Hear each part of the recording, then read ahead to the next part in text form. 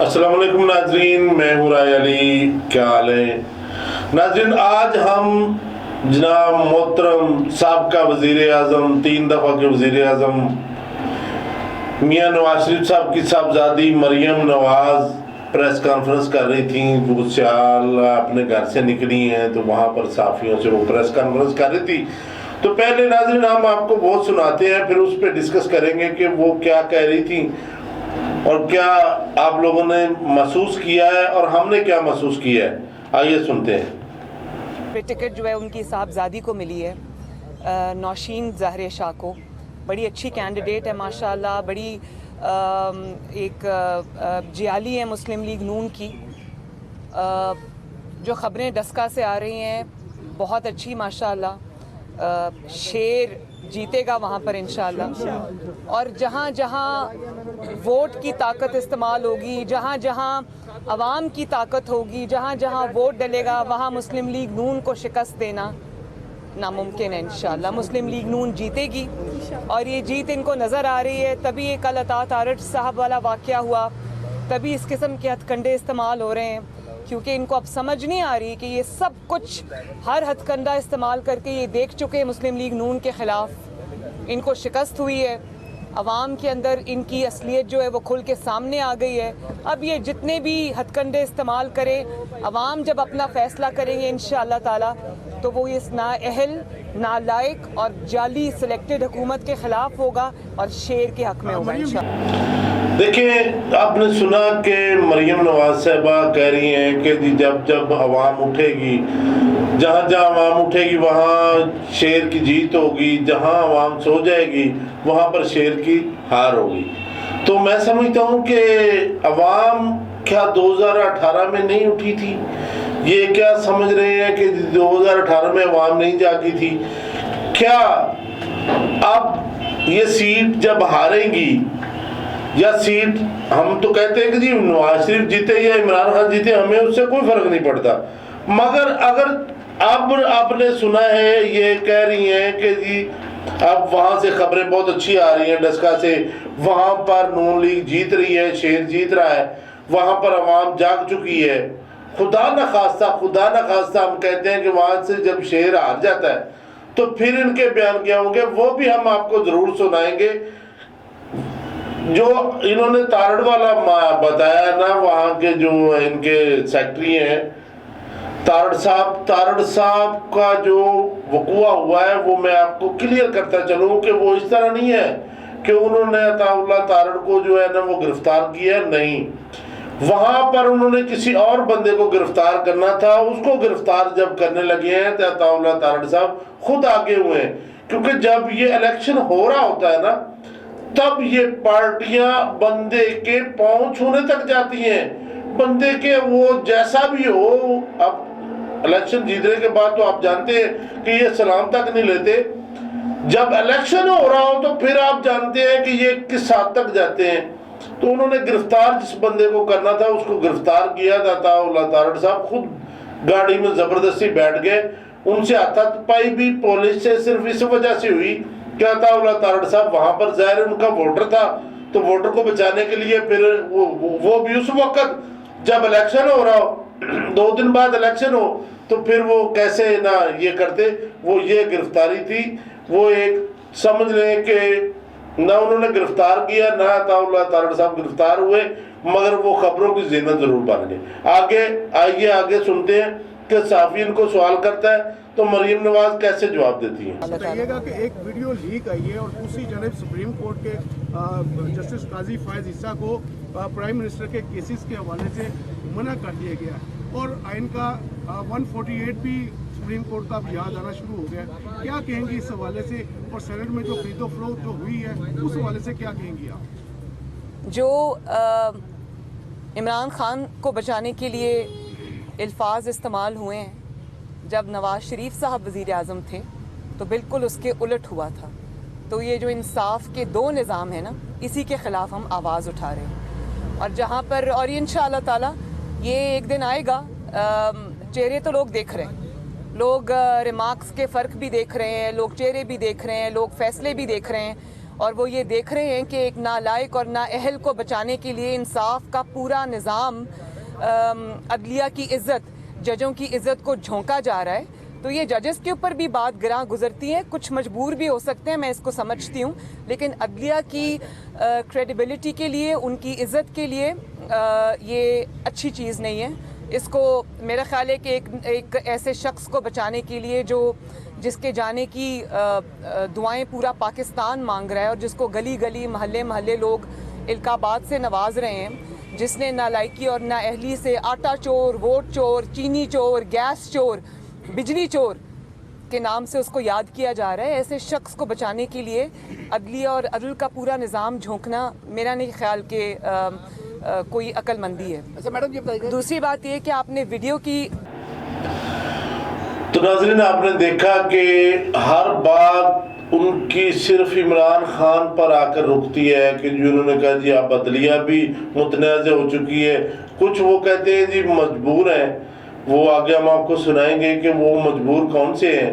کچھ ججوں کا تو انہوں نے کہا جی مجبوری ہے ان کی، وہ شاید اس وجہ سے ساتھ ہیں. بہرحال باقی عدلیہ کو انہوں نے گھسیٹنا شروع کر دیا. باقی عدلیہ کے بارے میں کہا کہ جی ان کے لیے اچھا نہیں ہے، ان کو جو ہے نا وہ متنازع کیا جا رہا ہے اور عمران خان کو بچایا جا رہا ہے. جب نواز شریف وزیر اعظم تھے تب تو یہ الفاظ نہیں تھے.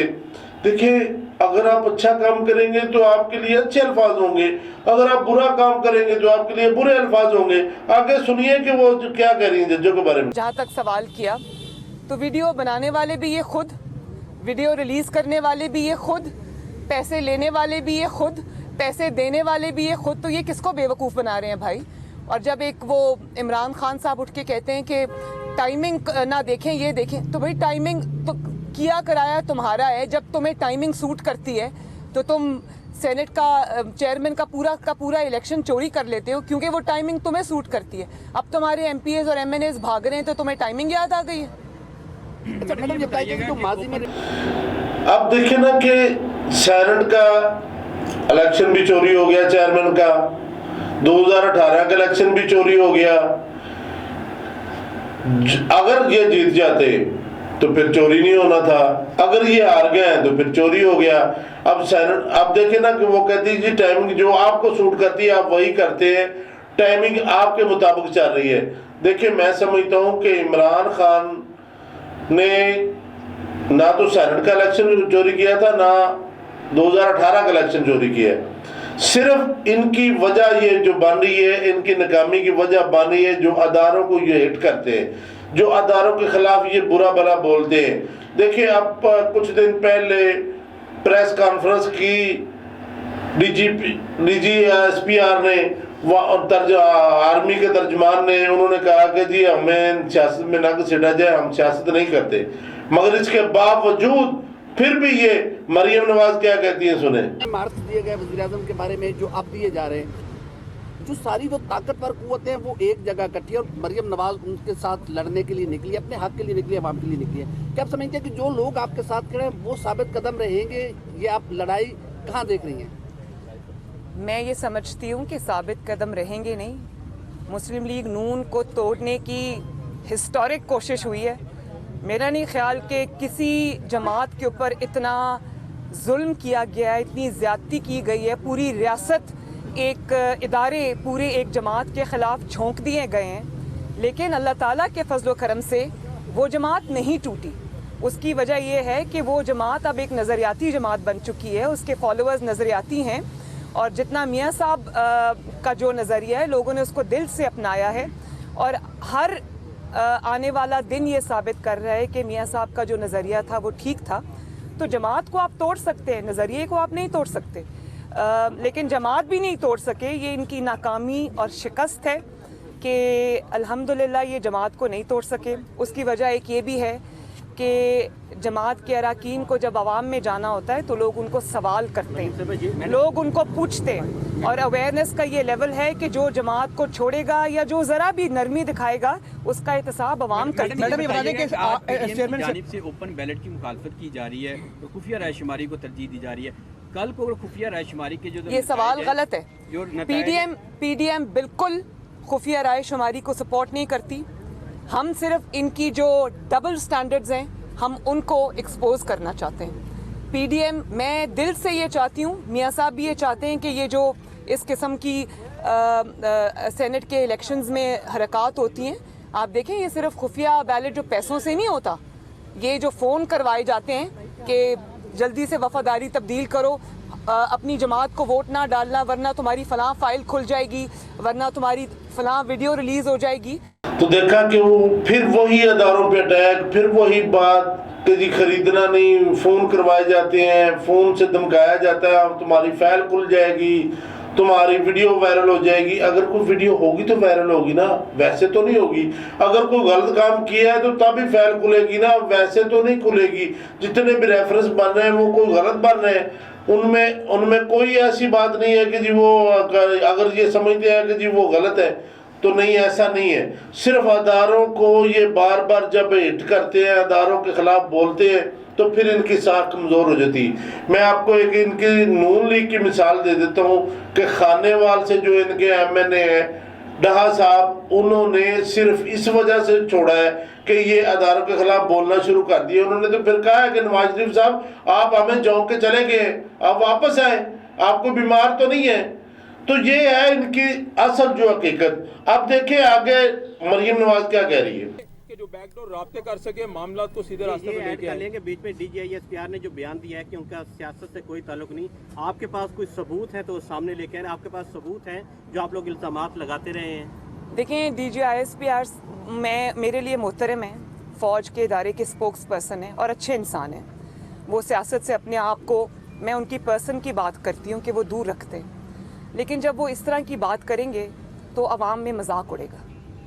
کیونکہ پچھلے کئی سال سے ایک کے بعد ایک چیز عوام کے سامنے آئی ہے, کس طرح سینٹ کا الیکشن چھینا گیا جن کا حق تھا ان سے, کس طرح جسٹس شوکت عزیز صدیقی کے ساتھ جو ہوا وہ ہوا, ان کی جو وٹنس ہے وہ پوری دنیا کے سامنے ان کی سٹیٹمنٹس جو ہیں, اس طرح جو قاضی فائز عیسیٰ صاحب کے ساتھ ہو رہا ہے, اور وہ جو ایک کرنل صاحب منہ چھپا کے احتساب عدالت سے نکل رہے تھے, ارشد ملک صاحب جو اب وفات پا چکے, اللہ تعالیٰ بخشے ان کو, ان کا جو اعتراف ہے, جس طرح 2018 کے الیکشن کے اندر قوم کے ووٹ پہ ڈاکہ ڈالا گیا, پوری دنیا کے سامنے ہے. تو آپ بات وہ کریں جو دنیا مانے, ورنہ آپ کی کریڈیبلٹی خراب ہوگی, ایک ادارے کی کریڈیبلٹی خراب ہوگی, کیونکہ آپ ایک ادارے کے اب دیکھا ناظرین آپ نے کہ مریم نواز شریف صاحبہ کہہ رہی ہیں